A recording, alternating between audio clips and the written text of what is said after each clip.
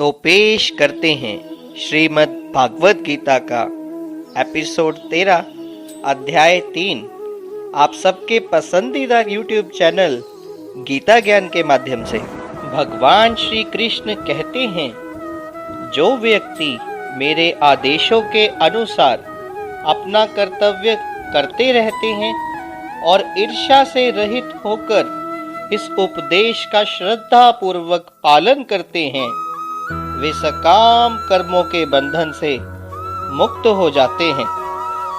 कृष्ण भावनामृत के प्रारंभ में भले ही कृष्ण के आदेशों का पूरी तरह से पालन ना हो पाए, किंतु चूंकि मनुष्य इस नियम से रुष्ट नहीं होता और पराजय और निराशा का विचार किए बिना निष्ठापूर्वक कार्य करता है, इसीलिए वह विशुद्ध कृष्ण भावनामृत को प्राप्त होता है। लेकिन जो व्यक्ति ईर्ष्या के कारण इन उपदेशों की उपेक्षा करता है और इनका पालन नहीं करता, उसे समस्त ज्ञान से रहित होकर भगवान के द्वारा दंडित किया जाता है। अवज्ञाकारी व्यक्ति चाहे कितना ही बड़ा क्यों ना हो, वह शून्य हृदय होने से आत्मा के प्रति तथा परब्रह्म परमात्मा और श्री भगवान के प्रति अनभिज्ञ रहता है।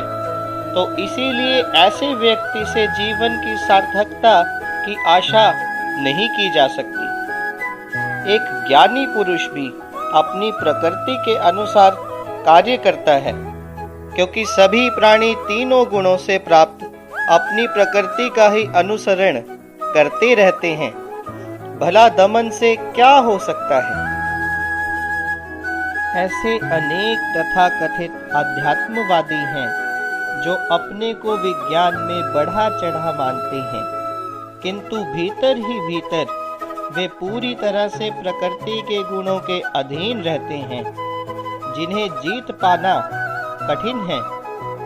ज्ञान की दृष्टि से कोई कितना ही विद्वान क्यों ना हो, किंतु भौतिक प्रकृति की दीर्घकालीन संगति के कारण वह बंधन में रहता है। कृष्ण भावनामृत उसे भौतिक बंधन से छूटने में सहायक होता है, भले ही कोई अपने नियत कर्मों के करने में संलग्न क्यों ना रहे। इंद्रियस्य इंद्रियस्यार्थे राग द्वेषो व्यवस्थितो ते योर्न वशमागच्छेतो हास्य परपंथिनो।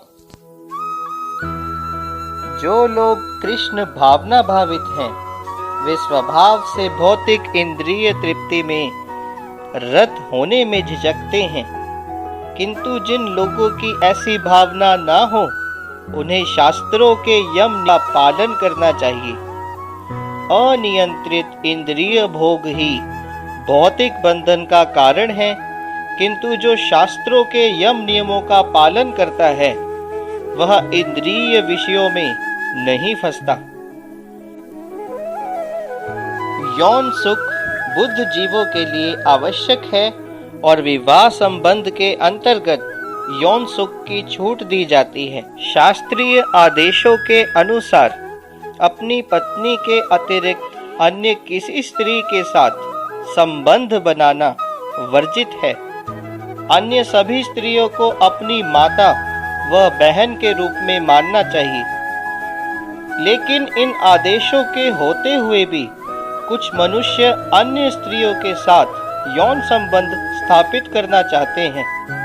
इन प्रवृत्तियों को दमित करना होगा, अन्यथा वे आत्म साक्षात्कार के मार्ग में बाधक होंगी।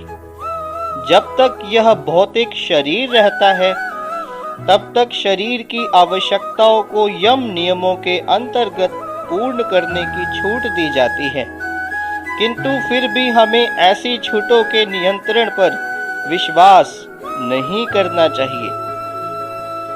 तो इसीलिए एक मनुष्य को चाहिए कि वह किसी भी अवस्था में कृष्ण भावनामृत से विरक्त होने की चेष्टा ना करे। समस्त प्रकार की इंद्रिय आसक्ति से विरक्ति का उद्देश्य कृष्ण भावनामृत के पद पर आसीन होना है। श्रेयान स्वधर्म विगुण धर्मात् सुअनुष्ठितात स्वधर्मे निधनम श्रेय भयावह।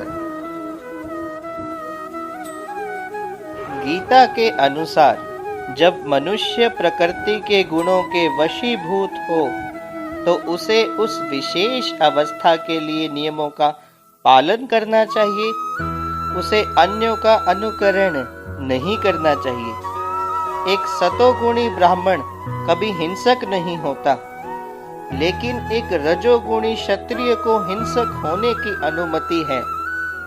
इस तरह क्षत्रिय के लिए हिंसा के नियमों का पालन करते हुए विनष्ट होना जितना श्रेयस्कर है, उतना अहिंसा के नियमों का पालन करने वाले ब्राह्मण का अनुकरण नहीं। हर व्यक्ति को एकाएक नहीं, अपितु क्रमश अपने हृदय को स्वच्छ बनाना चाहिए। लेकिन जब मनुष्य प्रकृति के गुणों को लांघकर कृष्ण भावनामृत में पूरी तरह से लीन हो जाता है, तो वह प्रामाणिक गुरु के निर्देशन में सब कुछ कर सकता है। कृष्ण भावनामृत की पूर्ण स्थिति में एक क्षत्रिय ब्राह्मण की तरह और एक ब्राह्मण क्षत्रिय की तरह कर्म कर सकता है। दिव्य अवस्था में भौतिक जगत का भेदभाव नहीं रह जाता। विश्वामित्र मूल रूप से क्षत्रिय थे, लेकिन बाद में वे ब्राह्मण हो गए थे। इसी प्रकार परशुराम पहले ब्राह्मण थे, लेकिन बाद में वह क्षत्रिय बन गए थे। तो ब्रह्म में स्थित होने के कारण ही वे ऐसा कर सके। लेकिन जब तक कोई भौतिक स्तर पर रहता है, उसे प्रकृति के गुणों के अनुसार अपने कर्म करने चाहिए। साथ ही उसे कृष्ण भावनामृत का पूरा बोध होना चाहिए। अर्जुन कहते हैं, अतकेन प्रयुक्त अयम पापम चरति पुरुष अनिच्छन अपि वार्षणेय बलात् एव नियोजित। हे वृष्णवंशी, मनुष्य ना चाहते हुए भी पाप कर्मों के लिए प्रेरित क्यों होता है? ऐसा लगता है कि उसे बलपूर्वक उनमें लगाया जा रहा हो। एक जीवात्मा परमेश्वर का अंश होने के कारण मूल रूप से आध्यात्मिक, शुद्ध और समस्त भौतिक कल्मशों से मुक्त रहता है। स्वभाव से वह भौतिक जगत के पापों में प्रवृत्त नहीं होता, लेकिन जब वह माया के संसर्ग में आता है, तो वह बिना झिझक के और कभी कभी तो इच्छा के विरुद्ध भी अनेक प्रकार से पाप कर्म कर बैठता है। तो इसीलिए कृष्ण से अर्जुन का यह प्रश्न अत्यंत प्रत्याशापूर्ण है कि जीवों की प्रकृति विकृत क्यों हो जाती है। कभी कभी जीव कोई पाप नहीं करना चाहता, किंतु उसे ऐसा करने के लिए बाध्य होना पड़ता है। लेकिन ये पाप कर्म अंतर्यामी परमात्मा द्वारा प्रेरित नहीं होते, लेकिन अन्य कारणों से होते हैं, जैसा कि भगवान अगले श्लोक में बताते हैं। काम एष क्रोध एष रजोगुण समुद्भव महाशनो महापाप्मा विद्धेय न मिहि वैरिणम। श्री कृष्ण कहते हैं, हे अर्जुन, इसका कारण रजोगुण के संपर्क से उत्पन्न काम है, जो बाद में क्रोध का रूप धारण करता है और जो इस संसार का सर्वभक्षी पापी शत्रु है। यहाँ पर रजोगुण का अर्थ भी हम समझेंगे। रजोगुण प्रकृति का वह स्वभाव है जिससे जीवधारियों में भोग विलास और दिखावे की रुचि उत्पन्न होती है। यह सांख्य के अनुसार प्रकृति के 3 गुणों में से एक है, जो चंचल और भोग विलास आदि में प्रवृत्त करने वाला कहा गया है। जब एक जीवात्मा भौतिक सृष्टि के संपर्क में आती है तो उसका शाश्वत कृष्ण प्रेम रजोगुण की संगति से काम में परिणत हो जाता है, या दूसरे शब्दों में यूं कहें कि ईश्वर प्रेम का भाव काम में उसी तरह बदल जाता है जिस तरह इमली के संसर्ग से दूध दही में बदल जाता है। और जब काम की संतुष्टि नहीं होती तो यह क्रोध में बदल जाता है। क्रोध मोह में, और मोह इस संसार में निरंतर बना रहता है। तो इसीलिए जीवात्मा का सबसे बड़ा शत्रु काम है, और यह काम ही है जो विशुद्ध जीवात्मा को इस संसार में फंसे रहने के लिए प्रेरित करता है। क्रोध तमोगुण का प्राकट्य है। ये गुण अपने आप को क्रोध और अन्य रूपों में प्रकट करते हैं। तो इसीलिए यदि रहने और कार्य करने की विधियों द्वारा रजोगुण को तमोगुण में न गिरने देकर सतोगुण तक ऊपर उठाया जाए तो मनुष्य को क्रोध में पतित होने से अध्यात्मक आसक्ति के द्वारा बचाया जा सकता है।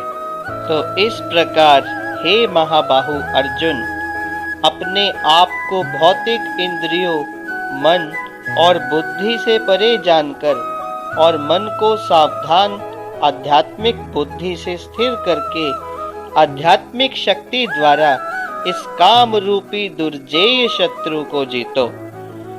भगवत गीता का यह 3 अध्याय मनुष्य को निर्देश देता है कि वह निर्विशेष शून्यवाद को चरम लक्ष्य न मानकर अपने आप को भगवान का शाश्वत सेवक समझते हुए कृष्ण भावनामृत में प्रवृत्त हो जाए। भौतिक जीवन में मनुष्य काम और प्रकृति पर प्रभुत्व पाने की इच्छा से प्रभावित होता है। प्रभुत्व और इंद्रिय तृप्ति की इच्छाएं बुद्धिजीवी की परम शत्रु है, किंतु कृष्ण भावनामृत की शक्ति से मनुष्य इंद्रियों, मन और बुद्धि पर नियंत्रण रख सकता है। इसके लिए मनुष्य को सहसा अपने नियत कर्मों को बंद करने की आवश्यकता नहीं है, लेकिन धीरे धीरे कृष्ण भावनामृत विकसित करके भौतिक इंद्रियों और मन से प्रभावित हुए बिना अपने शुद्ध स्वरूप के प्रति लक्षित स्थिर बुद्धि से दिव्य स्थिति को प्राप्त हुआ जा सकता है। यही इस अध्याय का सारांश है। तो इस प्रकार श्रीमद् भागवत गीता के 3 अध्याय कर्म योग का भक्ति वेदांत तात्पर्य पूर्ण होता है। अगर वीडियो पसंद आए तो वीडियो को लाइक करें, हमारे चैनल गीता ज्ञान को सब्सक्राइब करें और इस वीडियो को आगे ज़्यादा से ज़्यादा शेयर करें। धन्यवाद।